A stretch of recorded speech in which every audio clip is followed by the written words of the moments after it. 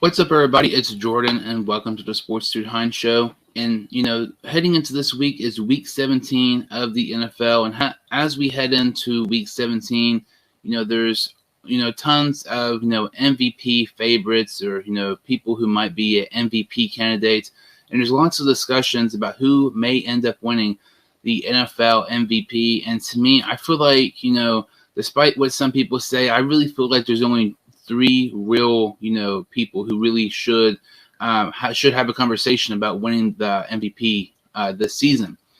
One of those is the person who won the MVP last year, and that was Aaron Rodgers, the quarterback of the Green Bay Packers. So far this season, Aaron Rodgers has 33 passing touchdowns and just 4 interceptions. He also has 3,689 passing yards. His touchdown to interception ratio is just absolutely insane. And, you can really tell the impact he has on Green Bay. For example, look when Jordan Love had to start over Rodgers when he was out due to having the coronavirus against the Kansas City Chiefs. If Aaron Rodgers wins that game, there's no doubt in my mind that the Green Bay Packers end up winning that game. And you really see, how valuable Rodgers is to the Green Bay Packers. Because when you look at the record, when Aaron Rodgers does not start for the Packers and there's a backup taking his place, the record is just absolutely embarrassing. So to me, I definitely could see Rodgers possibly winning another MVP this season.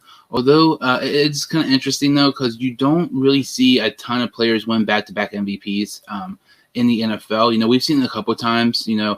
I believe Peyton Manning had it once, and years ago, Joe Montana had it back in the early 90s. It's just something we don't see a ton compared to like the NBA, where Giannis Antetokounmpo, he won back-to-back MVPs. LeBron's done it. Stephen Curry's done it. But with the NFL, it's something you just don't see nearly as much. So I feel like with Aaron Rodgers, him winning it last year, maybe he doesn't have as good of a chance of winning it this year, especially because when you look at Aaron Rodgers this season, he has been spectacular. Don't get me wrong. I think he's probably been the best quarterback in the NFL this season. His yards per game is down this season. His touchdowns is down per game this season. And his completion percentage is also down this season. So I feel like if Rodgers, last season when there was lots of debates on who maybe ended up winning the MVP last season, whether it was Aaron Rodgers or maybe it should have been, Derrick Henry. If Rodgers barely won it last year, some people thought he should not even won it. Imagine what this year when his stats are way, way, way down compared to his MVP season last year. So I definitely feel like Rodgers has a chance of winning it. I would not be shocked at all if he does. In my opinion, I feel like Rodgers is the only quarterback worthy winning the MVP this season. I know some people say Patrick Mahomes. I just don't see it in Mahomes. I feel like he's great, but it's one of those things where I don't know. He's inconsistent at times, and if it's between Rodgers or Mahomes, I'm easily taking Rodgers, because even look at when Mahomes took on the Packers without Aaron Rodgers, the Chiefs were barely able to win that game. I believe his score was 13-7, and Mahomes struggled a lot. There was times that Jordan Love, who was making his first NFL career start, was actually outperforming Patrick Mahomes. It was just absolutely insane. But I really feel like if there's a quarterback going to win this year, it has to be Aaron Rodgers. I really don't feel like at this time there's no other debate for any other quarterback on possibly winning the MVP. The only other person you can maybe say was Kyler Murray, but that was a couple months ago. And with his injuries and stuff, I really don't think you can say that he should end up winning it now. All right, I mentioned Derrick Henry. Some people thought he should have won the MVP last season, which is kind of goes to my next person here, which is a very interesting topic. Jonathan Taylor. Jonathan Taylor has 297 rushing attempts this season for 1,626 yards. He's averaging 5.5 yards per carry. He's averaging 108 a game. I believe he has 17 rushing touchdowns. He also has 2 receiving touchdowns as well. And something else, when you really look at MVP, it really shows most valuable player. How valuable is that player to your team? And when you look at Jonathan Taylor, he has been absolutely sensational this season. And the thing that really stands out to me with Jonathan Taylor is when he rushes for over 100 yards, the Indianapolis Colts are 9-0. That is insane. Very spectacular and really proving so he's so valuable to this Indianapolis Colts team. Because you take him away, the Colts are looking for possibly a playoff game right now. Maybe, depending on what happens, the Titans maybe winning the AFC South. But when you look at Jonathan Taylor, He's been out of his mind playing spectacular. But look at Derrick Henry, for example. When Derrick Henry rushed 400 rushing yards in a game, the Tennessee Titans are 25-3. That's insane. But it seems like people did not really talk about that as much when Henry last season was, being absolutely phenomenal. When 25-3, when he rushed over 100, Jonathan Taylor is not unknown. People say he should win the MVP. I feel like Jonathan Taylor should definitely be one of the top 3, choices for MVP, candidate and everything. But it's crazy because, Derrick Henry was just 78 yards short of breaking the NFL rushing record for most rushing yards in the season. 2,027 rushing yards Derrick Henry had last season. That's without the extra game that Jonathan Taylor will have this season. It's one of those scenarios where I feel like since Derrick Henry did not win the MVP last year, I know Rodgers was absolutely phenomenal, but I feel like Derrick Henry definitely should have had more consideration towards the MVP, award last season. If Derrick Henry did not win the award last season, it's kind of hard for me to say that Jonathan Taylor is going to win it this year due to, he's been phenomenal, but when you look at him compared to Henry last year, I really don't think it's really much of a debate who's better. Jonathan Taylor is the best running back in the league right now, but that's because Derrick Henry's hurt. So Taylor, if he wins MVP, I totally get it. I can understand why people would say that because, I don't know, when he rushes over 100 yards, really shows how valuable he is to the Colts. But it's going to be interesting to see where he ranks among the MVP, final standings and everything. Then there's one other player to me that really I don't think is getting enough credit. I know some people say that Jonathan Taylor isn't getting enough credit, which is true, but there's one other player to me that is not getting talked about at all, it seems like, at times. It's just getting ridiculous.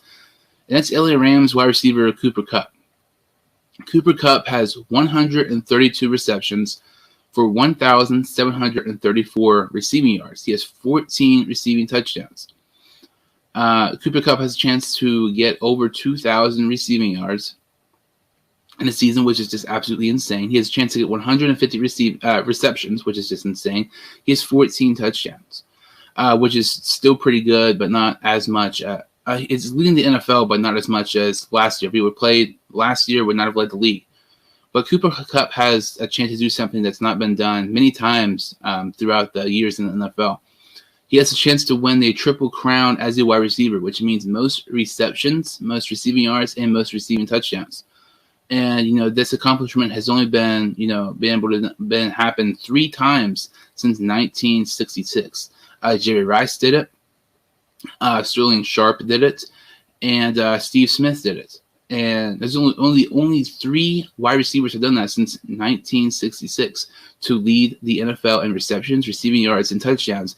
And Cooper Kupp looks like he's going to be well on his way to accomplish that feat that has not happened many times. And I was talking to somebody the other day, and we were just talking about MVP candidates, and we started talking about Cooper Kupp, and it's just crazy to me that he's not getting enough recognition. 14 out of the 15 games that Cooper Kupp has played, he has had at least 90 receiving yards. That is insane.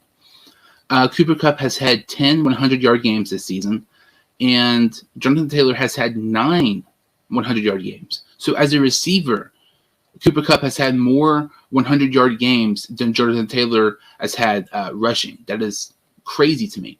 And like I mentioned, Cooper Kupp has had 14 games with over 90 yards. Jonathan Taylor just has 9 games with over 90 yards. It's crazy to me when you start comparing some of these guys. And, I mentioned earlier how Jonathan Taylor, when he rushes for over 100 yards in a game, the Indianapolis Colts are 9-0. That is spectacular. You literally cannot get better than that. But when Cooper Kupp has over 100 yards or more in a game, the LA Rams are 9-1. That is also very, very, very impressive. And when you look at Cooper Kupp, there's been times that he's been double teamed because, with Robert Woods being out for the year and, with the Rams signing Beckham's not what he used to be. So there's times where Kupp just gets, double coverage, and he's still been able to have, a big streak of having 100-yard games. To me, I feel like any of these 3, if they win the MVP, I totally understand it. All 3 of these guys have been phenomenal this season and been so valuable to their team. And if we take them away, their teams would not be doing nearly as well. But in my opinion, I know I'm going to sound crazy in this. As of right now, I would take Cooper Kupp as the MVP. When you just look at all the accomplishments that he's has a chance to do in the final 2 games, all the records he's already broke, really.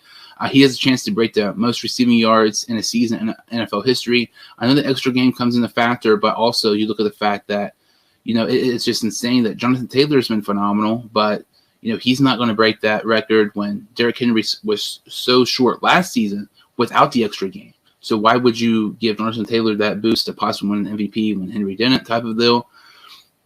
And also with just Cooper Kupp, I mean, Triple Crown winner at wide receiver is probably going to happen. 9 of 1 when he has over 100 receiving yards. And it's crazy to me because when I started looking at this, no wide receiver in NFL history has won the MVP. That kind of shocks me a little bit. Realistically, though, I as of right now, I really believe Cooper Kupp should win the MVP award in the NFL. Would I be surprised if we didn't win it? Absolutely not. If I had to bet money on who would win the MVP, I would probably say Aaron Rodgers because, as everybody knows, it seems like the MVP award is just a quarterback award for the most part. There's only been one running back to win the MVP the last 10 seasons, last 10, 15 years.